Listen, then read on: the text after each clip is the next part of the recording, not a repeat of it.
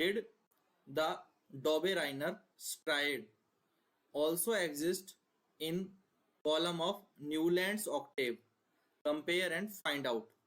तो क्वेश्चन क्या है कि डॉबेराइनर ने जो अपना ट्रायड लॉ दिया है, त्रियक नियम जिसे हम कहते हैं, और न्यूलैंड्स का जो अष्टक नियम है, ऑक्टेव लॉ है, इन दोनों को कंपेयर करना है और क्या वो उसमें एग्जिस्ट करता है, तो ये भी हमें बताना है। ठीक है, डॉबेराइनर के जो ट्रायड हैं वो न्यूलैंड्स में एग्जिस्ट करते हैं या नहीं, ये भी बताना है। क्वेश्चन समझ गए? तो ये यहाँ पर डॉबेराइनर का पिक्चर है और उनके जो डॉबेराइनर का लॉ और न्यूलैंड्स का लॉ ये यहाँ दिख रहे हैं। हम आते हैं आंसर पे, समझें पहले इस बात को।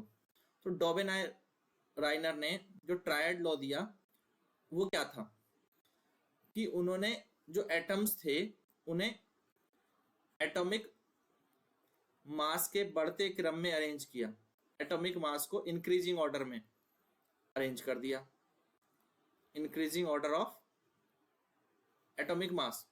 और क्या पाया कि जैसे लिथियम, सोडियम और पोटेशियम, इनको हमने बढ़ते क्रम में अगर रखते हैं तो जो पहला है, ये पहला है एलिमेंट है, ये दूसरा, इन्होंने इस तरह से कुछ एलिमेंट्स फाइंड किए जिन्हें इस क्रम में रखा जा सके और उनमें पहले और तीसरे का जो एटॉमिक मास का एवरेज अगर हम निकालें, पहले और तीसरे के एटॉमिक मास का एवरेज निकालें तो वो दूसरे के एटॉमिक मास के बराबर आता है।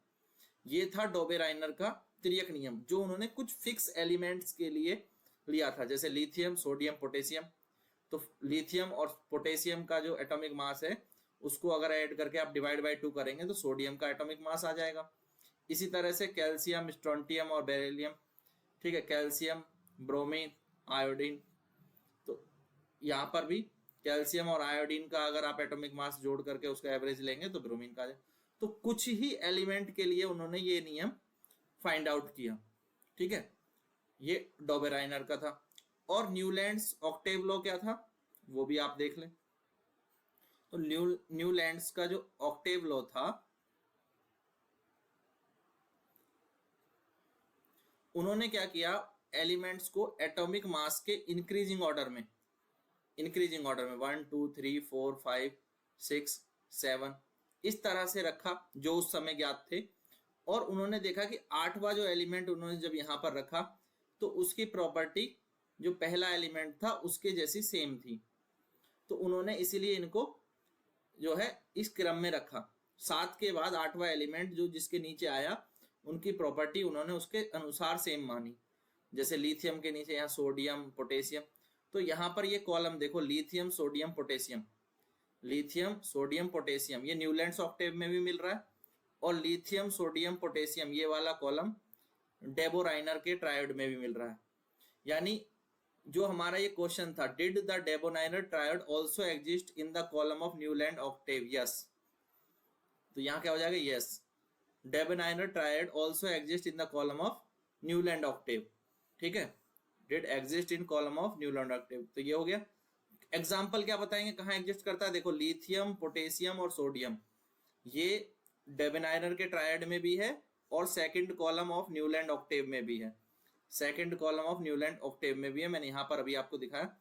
तो हमारा कंपेयर भी हो गया, हमने फाइंड आउट भी कर लिया और इसको विजुअलाइज भी करके हम देख चुके। तो क्लियर हुआ ना कि लिथियम, सोडियम, पोटेशियम दोनों में ऐसे ही कॉलम में एग्जिस्ट करते हैं जैसे डेबोराइनर के ट्रायड में है और जैसे न्यूलैंड के ऑक्टेव में दोनों सेम एग्जिस्ट करते हैं। दोनों को हमने समझ भी लिया। ठीक है, एक बार फिर से बता देता हूं कि ये दोनों लॉज है क्या। ठीक है, एक बार फिर से देख लो। तो डेबोराइनर का क्या लॉ है कि इन्होंने क्या किया कि कुछ एलिमेंट्स फाइंड किए जिन्हें इंक्रीजिंग ऑर्डर में अरेंज करने पर फर्स्ट और थर्ड के एटॉमिक मास का एवरेज, फर्स्ट और थर्ड के एटॉमिक मास का एवरेज सेकंड के एटॉमिक मास के बराबर था। इसी बेस पर इन्होंने अपना लॉ दिया, उसी को हम कहते हैं डेबोराइनर ट्रायड लॉ। फर्स्ट और थर्ड एलिमेंट के एटॉमिक मास का एवरेज जो है वो सेकंड एलिमेंट के एटॉमिक मास के बराबर है। और न्यूलैंड में क्या है कि इन्होंने एलिमेंट्स को बढ़ते क्रम में, एटॉमिक मास के बढ़ते क्रम में, increasing order of atomic mass, उसमें अरेंज किया और पाया कि जब हम अरेंज करते हैं तो इनको अरेंज करने के बाद जो 8वां एलिमेंट हमारा है, ये 7 हो गए, 8वां एलिमेंट जब हम रखते हैं तो उसकी प्रॉपर्टी जो है वो सेम है पहले एलिमेंट की जैसी। फर्स्ट और 8th की जो प्रॉपर्टीज है, अगर हम उनको इंक्रीजिंग मास के ऑर्डर में अरेंज करते हैं तो फर्स्ट और 8th एलिमेंट, फिर इसी तरह से फिर बाद में 7 के बाद फिर 8वां जो एलिमेंट आएगा उसकी प्रॉपर्टी सेम हो जाएंगी, यानी वो एक ही कॉलम में आते चले जाएंगे। तो जो एक कॉलम में आने वाले हैं, जो हमारे एक कॉलम में आने वाले हैं, उनकी प्रॉपर्टीज क्या होंगी, सेम होंगी। ये न्यूलैंड्स ऑक्टेव में बोला गया। क्लियर है, दोनों रूल समझ गए। और हमने देख लिया कि डबनेर ट्रायड जो है वो एग्जिस्ट करता है न्यूलैंड ऑक्टेव में। ठीक है, क्लियर।